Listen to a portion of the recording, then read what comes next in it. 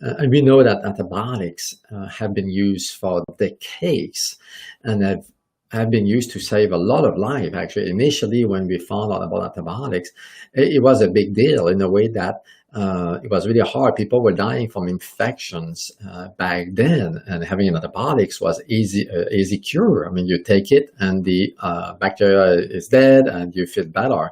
So it was a big revolution back then to use antibiotics. But what happened over time is we were not careful with how much and how frequent we would use antibiotics. So every time there would be an infection in the body, we would prescribe an antibiotic.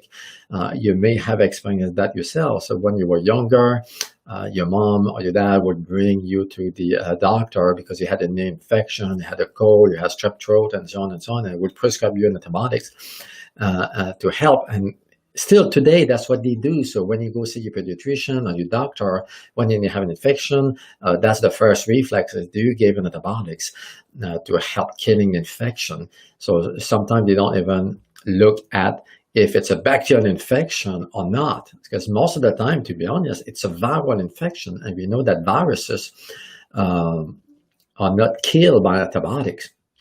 So what happened over the years and the decades is that we started to observe a resistance to antibiotics.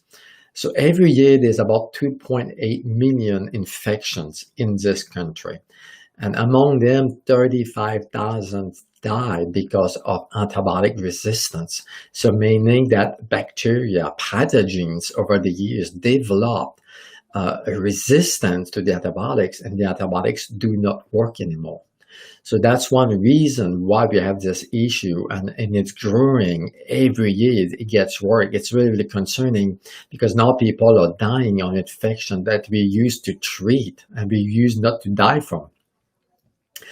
And on top of that, we've been using antibiotics to raise the cattle, animals.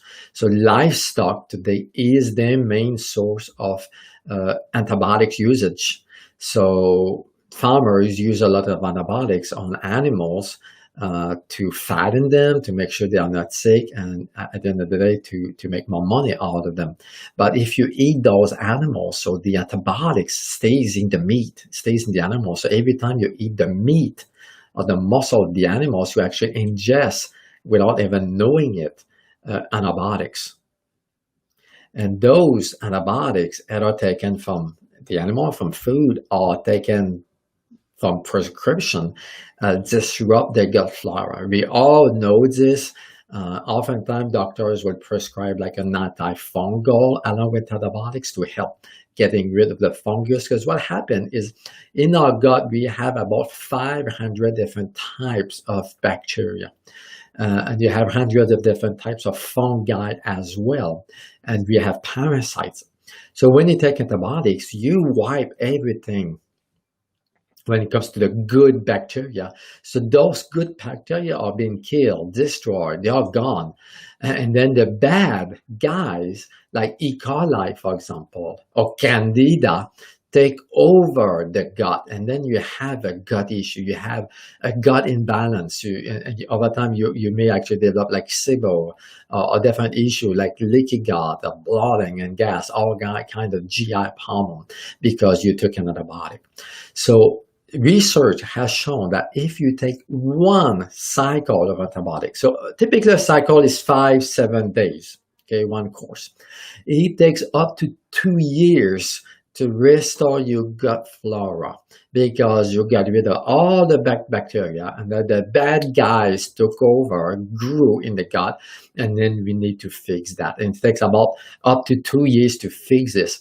And there's some research actually that showed that there's no way, or you cannot go back to the gut flora that you had before you took an antibiotics. So my point is an antibiotic is not as benign as what people believe.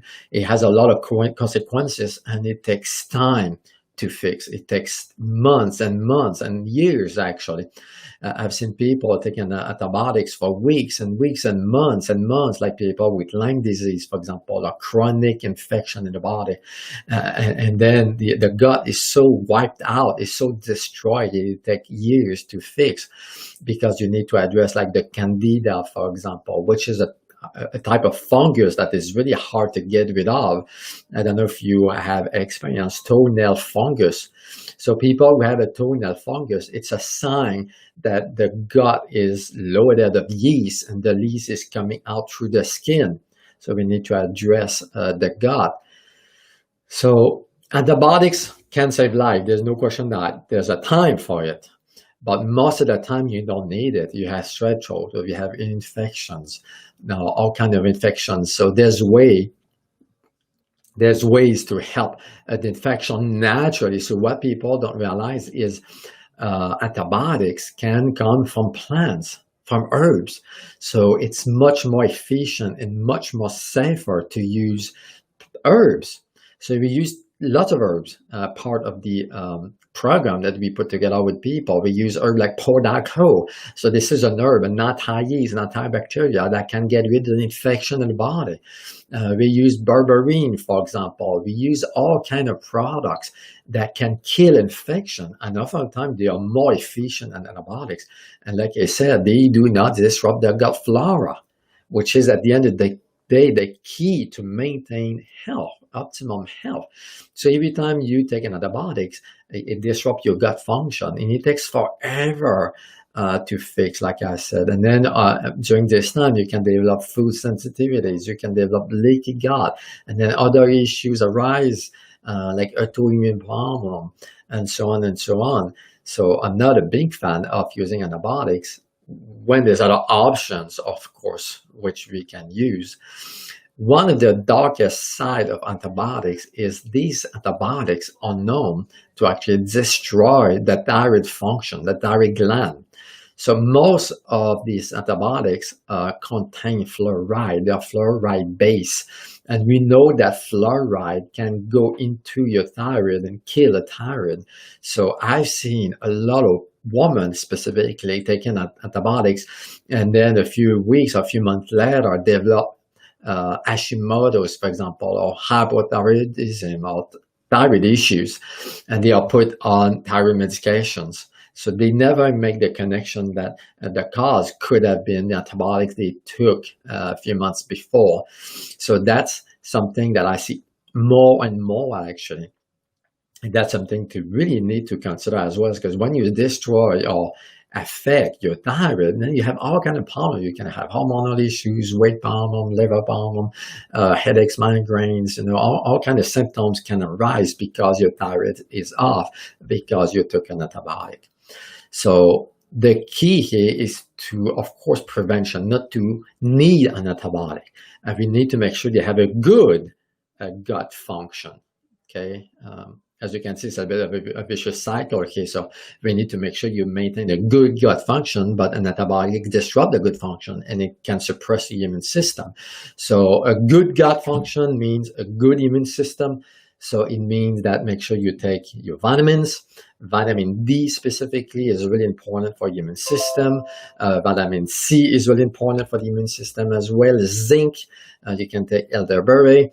Like I like to say, is sugar is the enemy of the immune system. So make sure you do not consume sugar. Sugar is a no-no, especially this time of the year with the cold and the flu season. You want to make sure that your immune system stays up and strong. You can take all the vitamins that you need, but if you consume sugar, it counteracts the vitamins, so there's no point, actually. So it's really important that you assess and look at what kind of sugar you eat, and make sure you don't actually kill the immune system by eating too much sugar. I hope it makes sense. So there's always hope to use something else than antibiotics when you can, of course, because sometimes it's an emergency and sometimes it's a question of life or death, and you had to take it, which is fine. And then what happens with people is we need to fix the gut. So we need to give you an anti-fungus, like I said, Pordaco, for example, is a good one. There's different ones we can use. We need to fix the gut by taking a good probiotics. The probiotics that we typically use contain yeast. There's good yeast out there that can fight the Candida. Candida is a really tough yeast to get rid of. So we need to use as much as we can to kill it, to get rid of. And we can use a good probiotics. And most probiotics do not contain yeast.